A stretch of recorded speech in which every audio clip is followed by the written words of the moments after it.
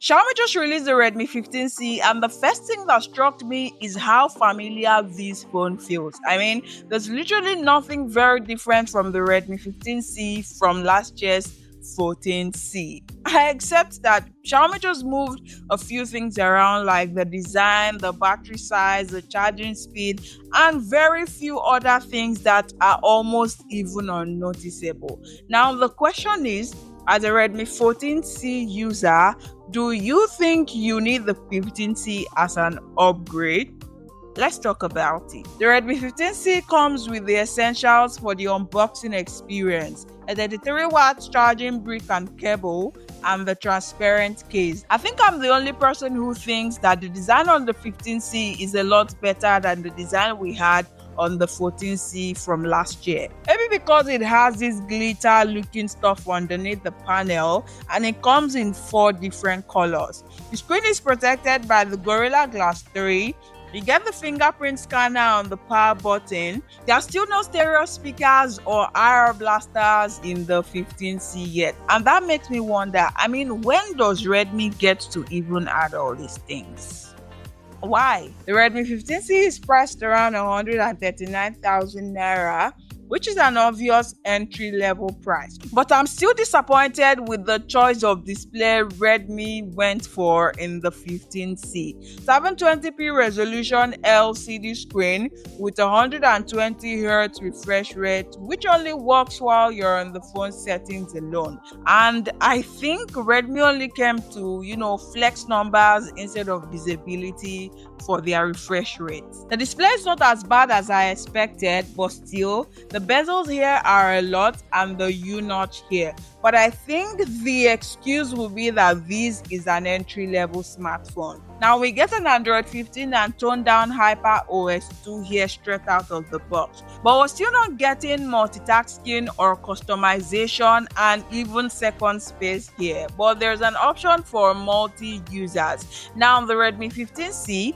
is estimated to get up to 2 years OS upgrade. Now this is not an official statement from anywhere.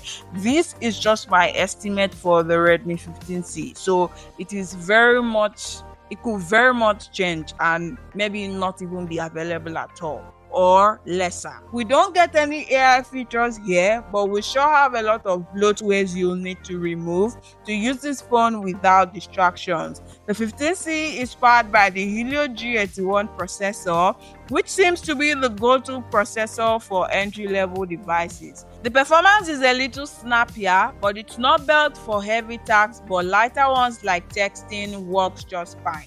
You can play games for a longer period of time with this phone. Now, I don't know if it's me alone, but I still feel like producers has managed to stick us into one corner when it comes with entry-level phone.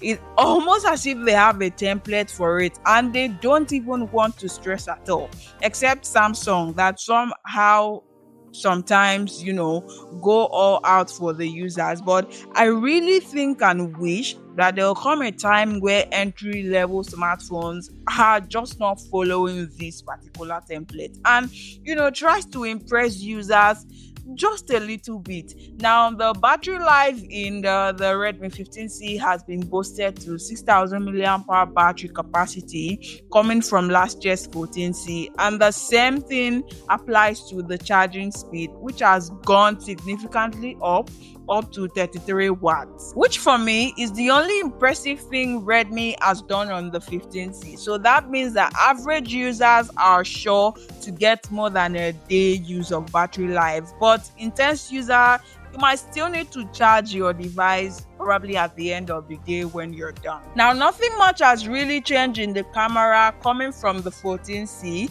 We still get the 50 megapixel on rear camera and a downgraded 8 megapixel on selfie camera coming from the 30 megapixel we had on the 14C. Now, results are just what you'd expect from an entry-level device.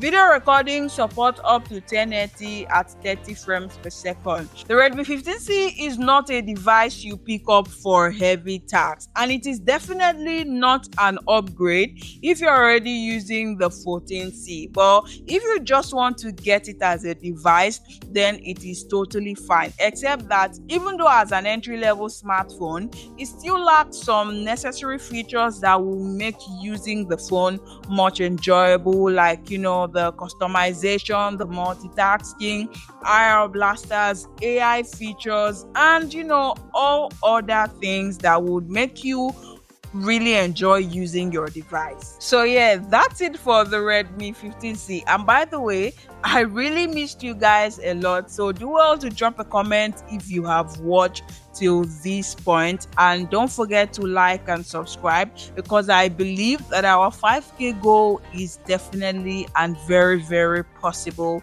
to achieve this year. And yeah, until the next one, bye for now.